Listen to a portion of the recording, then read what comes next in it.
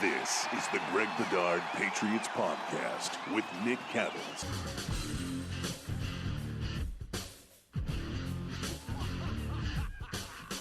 He is Greg Bedard. I'm Nick Cattles. This is the Greg Bedard Patriots Podcast with Nick Cattles. We're going to get into the Patriots in just a minute or two. But first, Greg, I need your Celtics minute. Your thoughts. The C's win last night. They're up in this series against the Warriors 2-1. I thought that the Celtics, despite the third quarter and giving up the lead there for a short time, I thought they were in complete control of the game. I feel like the Warriors, whether it's, Klay Thompson's not right, some of their other role players just aren't 100%. I just don't think that they're close to the Celtics. I just think that the Celtics are the better team, and I think the only way the Celtics don't win this series is if the Celtics hold themselves back, that their opponent is the one in the mirror, that if they don't start turning the ball over and playing like a-holes, apparently what Udoka told them last night in the middle of the game, which they were, as long as they don't do that and they don't get overconfident and people like Marcus Smart being like, well, I need to hit the finishing three-pointer to finish off the series like he did against the Heat, and it almost came back to hurt the Celtics. As long as they don't do stupid stuff like that, the Celtics should be NBA champions, in my opinion. So here's how I feel. Before the series began, I picked the Warriors in 7. And the reason why I picked Golden State was because I believed they could execute at a higher level. And I was concerned about the lulls that the Celtics have. Here's what I'll say about the lulls. Number one, if you have a big enough lead to withstand those lulls, you're in better shape, right? Like the Celtics had that lull in the third quarter. Yeah, they got down by a point or two, but they had a double-digit lead when it started, and they were able to kind of still stay close. So when they got out of that lull, they took back control of the game. So if you can build the big enough lead to withstand those lulls, fantastic. If you can shorten those lulls, instead of having 6 minutes, 8 minutes, a full quarter, if you can play bad basketball for like 2 minutes and then get back to what you're doing, then you're in much better shape. I agree with you, Greg, watching this series. Again, I picked the Warriors in 7 to start, but after 3 games, I think it's rather obvious, even to the, casual viewer, if you're watching this series, tell me who wins this series if both teams play their best at the same time. I think it's obvious it's the Celtics. I think the Celtics are deeper. I think they're more athletic. I think they're bigger, longer, and they're younger. And so you see some of these adjustments that Kerr has made, playing Draymond Green against Jaylen Brown in game 2 worked. Jaylen Brown woke up and said, well, I'm going to fight force with force, and I'm going to utilize what I have to my advantage against Green in this matchup. And it wasn't a good matchup for the Warriors in game 3. I just think Ime has a lot more tools in the tool shed to address what needs to be addressed in this series. So I agree. If the Celtics play their best basketball, then they will win this series. If the Celtics play slightly less than their best basketball, the Warriors still have to play really well, and they need to shoot really well. And the one thing I keep going back to, Greg, and I know you watched the Milwaukee series and Miami series, the Celtics have proven if they're having to go through a very physical battle, they can respond. And they have the ability, because of their depth, because of their, size, they have the ability to kind of take those body blows and still be there standing in front of you in game 6 or 7. Mm-hmm. If I'm the Warriors, my main concern right now, and it has nothing to do with, Curry getting dinged up last night. My concern is Steph Curry by game 5 or 6. Like, as great as Curry is, he did have Kevin Durant to help him, get through some of those series a few years ago. He's, what is he, 30, 32, 33? He might even be 34 at this point. And he's not a big guy. And the Celtics are going to just constantly bang him around and challenge him physically. So if you're Steve Kerr, you're asking Steph Curry to play 40 to 45 minutes and score 30 plus points every single night in this series, he might be able to do that. But by the end of the series, as this goes longer, will he be able to do that without taking 25, 30 shots? Will he be able to do that efficiently enough? And I just think it's a tremendous challenge. So if the Celtics play their best, I think they're champions. If they stay healthy and play to their capability, I think they win the championship. There's no question. I mean, I think that with Rob Williams somewhat healthy, the Celtics just have too many options where guys can contribute, where the Warriors, they can put it together for stretches, like a quarter, like the third quarter, what have you. But they just, it's the Steph show for largely, the whole game. And I just don't think anybody in this league is capable of that. I mean, when Jordan was winning titles, he was doing it with Scottie Pippen. And, along with a guy like Steve Kerr on the outside, or, John Paxson making big shots when they needed to. Like the Warriors, just to me right now, and this is just luck of the draw over the course of an 82-game season, they just don't have the depth, and they're just not firing on all cylinders, where the Celtics from the second half of the season on, they've been the best team in the NBA. Yeah, and the issue for the Warriors too, before we move on to the Pats, is they don't have as many two-way players. It's almost as simple as that. They've got guys who fit in certain types of boxes. Like Jordan Poole is a good off the dribble offensive player. He's terrible defensively. When you challenge him physically, he's not going to consistently beat you. Clay is off a screen guy. Not the best in creating for others, and he's not Clay that he was 5 years ago because of the injuries. So you have a lot of, like, Andrew Wiggins can play both ends, but he's not the most consistent guy offensively. Curry is fantastic offensively, but as you saw last night, if he gets switched on to Tatum or Brown or anybody for the Celtics, aside from Peyton Pritchard, it's a terrible matchup for the Warriors. So the Celtics just have more versatility. They play both ends of the floor. All right, let's get to the Patriots. Greg, we were going to have another podcast tomorrow, but that's been shut down because Bill Belichick shut it down. School's out for the summer, huh? School's out for summer. Yeah, Bill's on Nantucket. All right. Yeah, I mean, look, we were all shocked. We got some rain today in New England, a lot of rain when they were going to practice. And look, I understand it because it's the last day of minicamp. And so everybody probably had their flight scheduled for like 3:00 to get out of town for the weekend. And so it wasn't like they could postpone until the afternoon, where here it looks like it's going to be a decent afternoon. So they could not do that. I also understand that the bubble, the indoor practice facility, which the Patriots have one to avoid having to cancel for weather, is not the greatest of options because they are now a 90-man roster and it's tough to shoehorn in there. But for them to not only cancel today, but to cancel the two practices next week, they were going to only do one. One was probably going to be some team building exercise where they, play cornhole or something at Fenway Park like they normally do.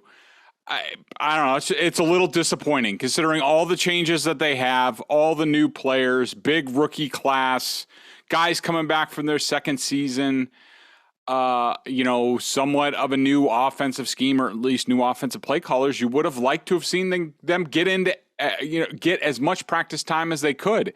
And they decided not to do that. And look, I'm not going to make a huge deal out of it, but I don't know. I don't love it. In years past, people have excused this stuff and said, well, the Patriots have played deep into the playoffs for X amount of years and they're tired and they're a veteran team and all that stuff. And well, what's the excuse now? They were out in the first round last year, weren't in the playoffs the year before, early exit before that. It's not like, I wouldn't say this roster is overtaxed from a football perspective anymore. And so I would have liked to have seen a little bit more work to set the groundwork for training camp. But now all the pressure's on training camp. Now it's all going to be confined to that. And there, multiple joint practices and things like that. We'll see. I mean, we all know the stakes, that there's a lot riding on their changes on the offensive side of the ball and things like that. And to go without 3 fewer practices, that's Bill's prerogative, but we'll see what happens. Does this tell us that Bill is confident where they're at? I mean, is this kind of a signal to everybody like, hey, I like what I saw the first, few days. I like where we're at, and I don't feel like we need to push this? Or is this Belichick just doing a solid by his guys and taking it a little easy on them? Yeah, I'm not buying into like he's confident about where they are. I mean, they haven't done anything yet. They haven't really started install yet. Even last year, people remember during training camp, for the first of all, it's a slow build in training camp. It's like, the first 3 or 4 days, they don't do anything as far as pads and things like that. And I remember, other reporters were saying like, oh, Cam Newton's standing out. And some people are saying that Mac Jones is getting lapped and there's no QB competition anymore. But, this corner was telling you they haven't done anything yet. Don't worry about it. The competition hasn't even started. It's still very much a competition. And we all know what happened there. And so there's still a long ways to go. I couldn't see, there's nothing that I saw on the field the first couple days that would say, all right, the Patriots are ahead of schedule or anything like that. I just think it's Bill pulling back on the throttle a little bit. And, let's be honest, Bill isn't exactly, pushing the pedal down like he used to at the beginning of this dynasty, for better or for worse. Some of it has to do with the younger generation of athletes that he's dealing with. We'll see whether it works or not. I think it's mostly a solid to the guys. It's interesting because Bill did not take a huge part in yesterday's minicamp. No. Practice, right? So, I mean, really, when you look at this, you had, what was it? It was 3 practices, right? It was Tuesday, Wednesday, and supposed to be today. Yep. And really 1 out of the 3, Belichick took the reins. The second one, he sat it off more to the side, speaking to Ephraim Banda of Utah State. And then, he cancels today's. So you really had 1 legitimate mandatory minicamp where Belichick was out there working with the guys hand in hand. So I'm not telling you it's great. I'm not telling you it's terrible. I'm just telling you what happened. And it's interesting that he took 1 out of the 3 to really be hands-on. All right, 3 things, Greg, that you are more confident in now than you were before OTAs and minicamp began. Number 1 would be Mac Jones and the receivers on generating a deeper threat, which we talked about the first 2 days was a theme. 3 or 4 passes per day. Granted, and it should be noted, 7 on 7, not 11 on 11, 7 on 7 of them making plays down the field. I'm not going to take anything away from it. That they're making plays down the field is a good thing, that they have guys going up and getting balls, whether it's Trey Nixon or Devontae Parker or Nelson Aguilar Jonnu Smith going and getting balls down the field and Mac throwing into tight windows. To me, you can't help but take a positive out of that, and we'll see how that develops going into training camp. Wide receiver depth for me. Like, look, I'm not going to sit here and tell you, oh, Trey Nixon, I'm not there yet. But there are some positive signs from Nixon. And, if he can show up and he can give you something, the fact that you're coming in and you've got Parker, you've got Aguilar, you've got Myers, you've got maybe Nixon, you've got Tyquan Thornton. You've got, 4 or 5 guys who are legitimate NFL receivers. I'm not telling you this is like the greatest wide receiver core in the world, but I do think they're better and they're deeper at that position, which is something I've been waiting for. So I feel pretty good about their wide receiver depth. Second one. One addition to that, now that you mention it, Jacoby Myers talked today. He's limited. He hasn't signed his RFA tender, which is probably part of the reason why he was held out. He probably didn't want to push it because right now he's not under contract for next year. Right. There's some deadline at some point that he needs to sign it. But him not being on the field gave a lot of other guys chances, like, Trey Nixon and Ty Montgomery and, Malcolm Perry and Tyquan Thornton even probably got some reps. He got more reps, I would say, in the slot. Did I miss Jacoby Myers a whole lot on the field during this? Not really. And it makes you wonder if the Patriots start, thinking about that and looking at other options that are a little bit more something we've talked about ad nauseum over the last year. A little bit more sudden, a little more quickness, a little bit more dangerous athletic ability from the slot for this team. And you wonder if these 2 days of practice gave the Patriots coaches a glimpse of that and they start thinking a little bit harder about that. All right, your second one on the list that you're most confident in now, or more confident in after the last few practices. So this is going to cut both ways a little bit. One's going to be on the worry list, the opposite side. I will say, and look, no pads, limited contact, things like that. But I liked what I saw out of the Patriots pass rush and the front 7, how they were working, the amoeba stuff. It seemed like the Patriots offensive line and offense, once they got to 11 on 11s, had a lot of trouble. Now, look, they got a rookie at left guard, Michael Winu's in a new spot, Trent Brown and Isaiah Winner's flipping sides.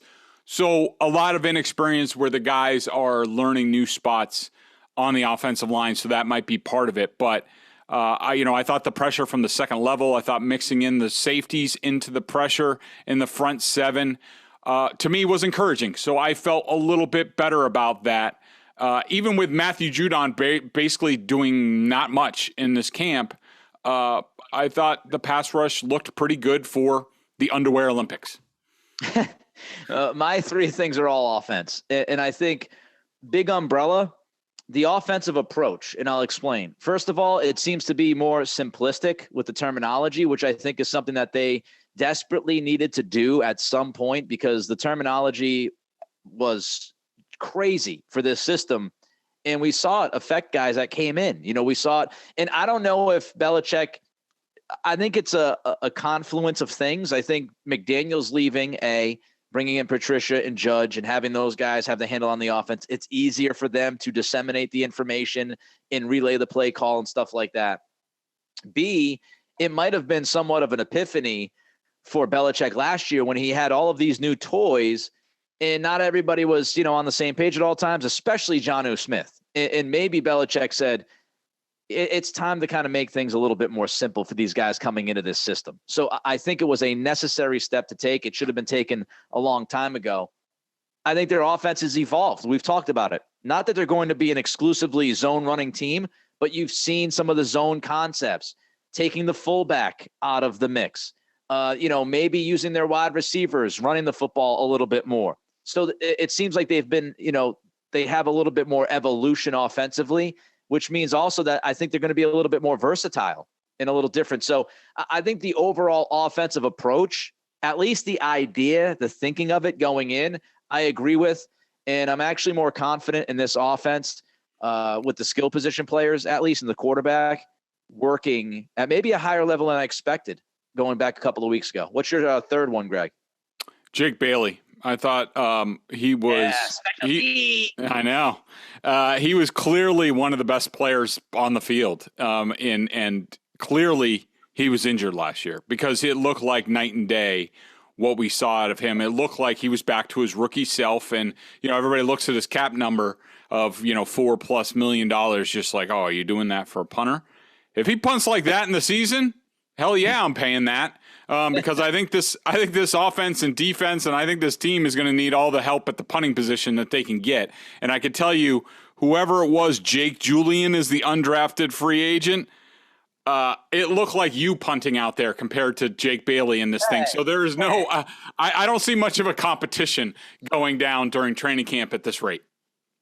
It just tells you, look, we try to know as much as we can know. And Greg, you talk to your sources and all of that. And people were wondering, you said it, the cap number, and Bailey was bad last year. Yep.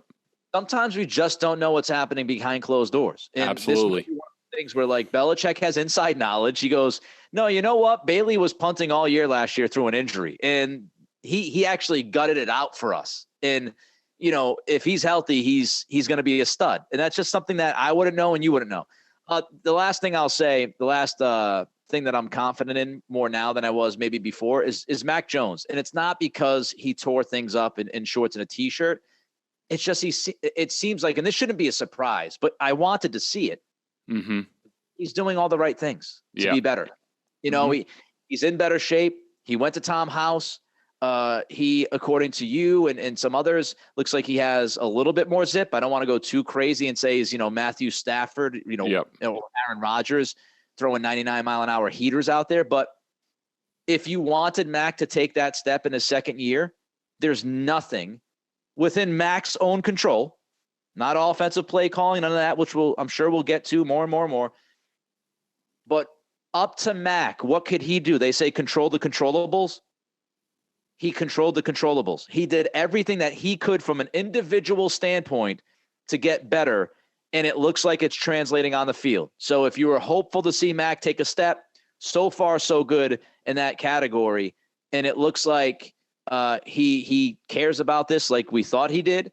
And you got to be you feel pretty good about that you've got a young guy that's taking it serious and did all the work, and hopefully it plays out during the season. All right, 3 things that worry you more, Greg. Let's start with the first one. Number one, and look, I'm not trying to raise any alarm bells. It's early. I understand that. It's a first couple glimpses, first couple days in shorts and T-shirts. But I will say that I wasn't blown away by the rookie class as a whole. Jack Jones made some plays. Marcus Jones is in a red shirt. He's not doing much. Cole Strange is out there starting at left guard, and I'm sure he's doing fine. He definitely knows how to start fights and do that.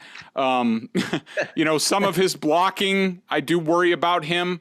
How much of an anchor he does have against the bigger guys on the interior. We'll see. Long ways to go. A lot of teaching. I'm sure he'll take the next month and start attacking the squat rack and stuff like that. All those things that guys do during the offseason. But first blush, 10,000-yard view, nobody really popped for me in this rookie class that I was just like, oh, okay, all right, well, this guy's a player. Now, I do think Jack Jones and Marcus Jones are going to be in the mix. Tyquan Thornton, to me, if I had to lay money down right now, to me, he's a shot play gadget guy once in a while this season as a rookie. That's my initial impression. Cole Strange, we'll see. He could struggle a little bit. Chasen Hines wasn't out there. Andrew Stuber wasn't out there. Sam Roberts, hard to tell on the defensive line during this. So just, I was hoping Thornton might have a couple more plays where I was just like, holy hell. Now, he had a gunner play that was nice. Him with the ball in his hand looked nice and impressed me a little bit. But I will just say, by and large, it wasn't like he made me hold my breath watching him, which is sort of, higher round draft picks. I sort of just look for that special thing. It just looks like he looks like a typical rookie who's trying to figure out where to go, which is fine. But I was a little underwhelmed by the rookie class. Offensive line for me, moving Brown to the left side, moving Wynn to the right side. How is that going to work? Is Wynn going to be here a month from now? I think that's a significant question that needs to be asked over and over and over again until we get a legitimate, solidified answer. And as you mentioned, look, I was not at practice. I'm thousands of miles across the country, but I've watched and read and listened to as much as I could. And you are not the only person out there, Greg, saying, during the 11-on-11s, there were some issues. And the worst thing that can happen to this team is you speed up Mac Jones. He gets hit a lot. Mm-hmm. So I got the offensive line in the crosshairs.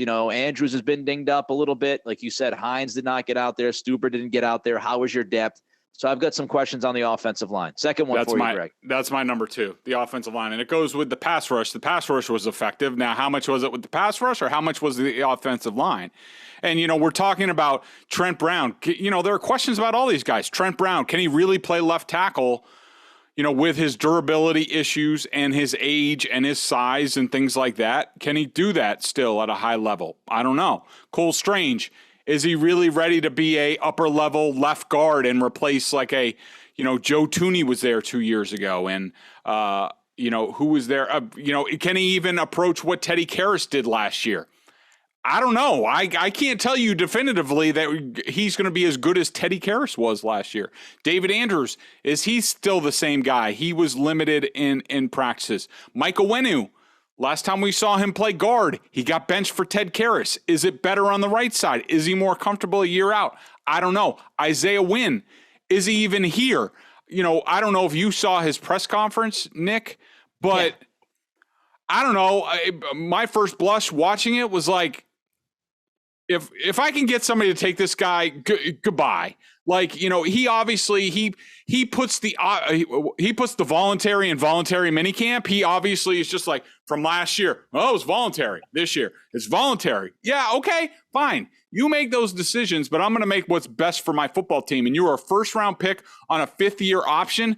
And I'm sorry, I expect a little bit more out of you to come and you should be one of my young leaders on this team. Instead, we don't even know whether you're going to show up. And yeah, it's quote unquote voluntary, but screw that. This is the National Football League. You're a professional. You haven't accomplished jack crap in this league. You should be on the field and want to be on the field. So Sorry, end of rant. But a lot of questions about the offensive line. I like the rant. What I'll say is, so people out there might be like, "Oh, well, a lot of people missed the voluntary, OTAs and all that good stuff." players. But not everybody is in the spot that Isaiah Wynn is in. Not everybody is coming off of a season that was very inconsistent. Not everybody has that 50-year option that's kicked in. This is, his chance to make some money and get out there and show that he wants it and deserves it. And, it's just not everybody had his situation last year, during the camp time. So not every single example is similar in the NFL. Different guys, different resumes, different experience levels. And some guys deserve the benefit of the doubt. Other guys you feel like should be fighting for that benefit of the doubt to earn that. And Wynn hasn't necessarily done that. My second thing, look, don't want to spend a ton of time. We've talked a lot about it. Play calling. I have no idea what's going to happen. Yep. Matt Patricia looks like he's going to be the guy. Is he going to be good? I have no idea. Is he going to be bad? I have no idea. I still would love somebody there with some experience and one voice in the head of Mac Jones. So that will remain a concern until I actually see it out there. The season, it gets kicked off, and they look like they know at least somewhat what they're doing. So that's always going to be a question. Your third one, Greg. Yeah, I'll stick with that too. I mean, we just don't know. It's a jumbled mess. Sometimes it's Joe Judge in Mac Jones's ear. Sometimes it's Matt Patricia. Do we really need to do that? Is it best if the play caller is indeed Matt Patricia and sort of the overseer of the being offensive coordinator? Does he really need to be coaching offensive linemen? Like, I don't know. I mean, if I'm Bill Belichick, I'm trying to coax Dante Carnecchia to come back, coax him to come back. I don't think he's coming back from my conversations with Scar. He's good. He's done. Is there anybody else who can coach offensive line and let Patricia just concentrate on doing what, they need him to do if he's going to be the voice in the quarterback's ear? So those are sort of my thoughts on that. Me, the last one is just, I don't know if I'd say I'm worried about it. I'm intrigued by it, but I have a lot of questions about it, and that's just defensively on the second and third levels. Like I don't know. Look, Raekwon looks like he's going to be the guy with Bentley, possibly. What is Uche going to specifically do? Does Perkins play a role in this? Can Jennings actually show up? I just have I just don't know. In the third level of the defense, in that secondary, as you've said it a couple of times so far in this pod, Greg, I don't think they know what they have yet back there. So it's a lot of mixing and matching. And so until I know that they have some kind of stability in the back end, the jury is still out. So again, I wouldn't say worried is the right word, just still wondering what the hell is going to happen on the second and third levels of that defense. All right, let's look at your 53-man roster. Of course, you're going to make some changes to this post. Yeah, this was a couple weeks ago. So pre-minicamp. And I'll have one possibly this weekend coming out of minicamp. So you lead the dance. You want to start offensively?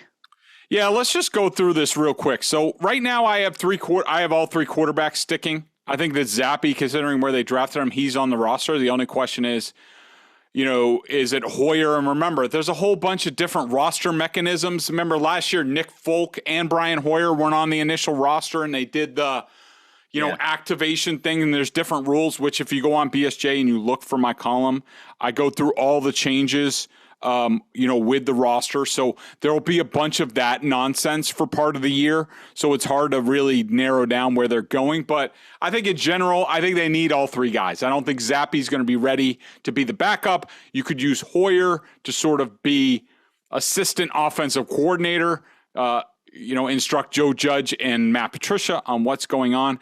One of the interesting positions for me is running back. On my 53, I have Damian Harris traded. That is not a Chase Winovich, what's he doing here type of thing. I love Damian Harris. I want him on this team. I think he's a good player, but how many running backs are you going to take? They drafted two.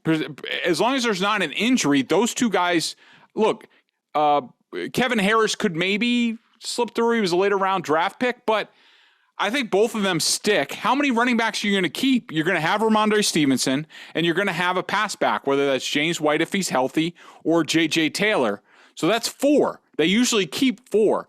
Are you going to go five Or, is it more likely if Strong and Harris have strong training camps and you feel better about it and you're like, well, Ramondre Stevenson's our number one, Harris and Strong can sort of fill in as the number two, and we can trade something, we can get something for Damian Harris now going into the final year of his contract and be ahead of this instead of behind it like they've normally been. So right now, I have Damian Harris traded, hopefully for like somewhere around a 3rd round pick, maybe a 4th round pick. You get it now. That's what I have. What do you think about that thinking at running back? It's interesting. James White still to me is a question. If he can physically do stuff. I think, if Pierre Strong comes out looking pretty well here during training camp, do you possibly talk to James White about him calling it a career? Do you do something with his injury situation? So it could be, it could be one of those Rob Ninkovich, Vince Wilfork early days of training camp where they don't show up. Where are they? And then we have a retirement announcement, that sort of thing. That's what it feels like right now. But James White's been on the field for everything. So I don't know. Yeah. Not that he has done everything. I just think you do have some, if you can't trade Damian Harris or you don't want to, you do have some flexibility there with Pierre Strong. If he can prove himself, that gives you some wiggle room with White and it gives you some wiggle room with Kevin Harris. I agree with you. JJ Taylor looks like, for whatever reason, he's not going to be much of a factor on this roster. They've had him here for a couple of years. They know who he is. And if he was the guy, or if he could fill that role, they would not have drafted Pierre Strong. So that's how I feel about running back. Yeah. I mean, at receiver, I have N'Keal Harry traded or released. I think that's a foregone conclusion, especially after this mini camp. He did not do much at all. I mean, I have Devontae Parker, Aguilar right now, Bourne, Myers, and Tyquan Thornton. Now, I do think that Trey Nixon and, Ty Montgomery and Christian Wilkerson, especially for his special teams work, could they find a spot on this team? Yeah, but I mean, the Patriots' 53-man average over the last 5 years is 4.6 receivers. I think they had 4 to start last year. Now I have 5, so you're already talking an extra guy. Are they going to go 6 receivers? No. So who goes out of that group? I don't know. It's a crowded group. There's a competition at tight end. I have all 4 guys sticking. Dalton Keene's in the rehab group again. He has not done much again, so I don't know. But the thing is if they are going to run more Shanahan stuff without the fullback, you need more tight ends.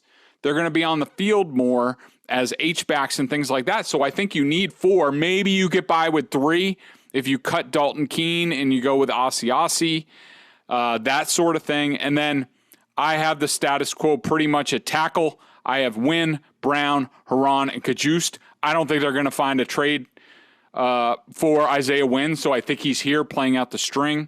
Guard center, I have Andrews, Owenu, Strange, your 3 starters, Yasir Durant, and Cody Rusey as the UDFA, who makes the roster. I think I feel good about that group. Those 9 guys out of camp, I feel that's the group I would pick again. Receiver is the only thing I want to talk about, for a second here. Trey Nixon, his preseason, does it continue to be really good? I would not be surprised if Myers is on the block with N'Keal Harry. I would not be shocked by that. So let's keep an eye on Trey Nixon and how he continues to along. All right, let's look at the, defense. Let's go defense here. So on the edge, and I think I've sort of switched this a few times because, basically what they're running is they're running 3 for their base. They're running 3 defensive linemen plus an edge guy. So you're talking a nose tackle, a defensive tackle, and then a defensive end, almost like a tweener guy, like a Dietrich Wise, Henry Anderson at the other end. And then you have Matthew Judon at edge.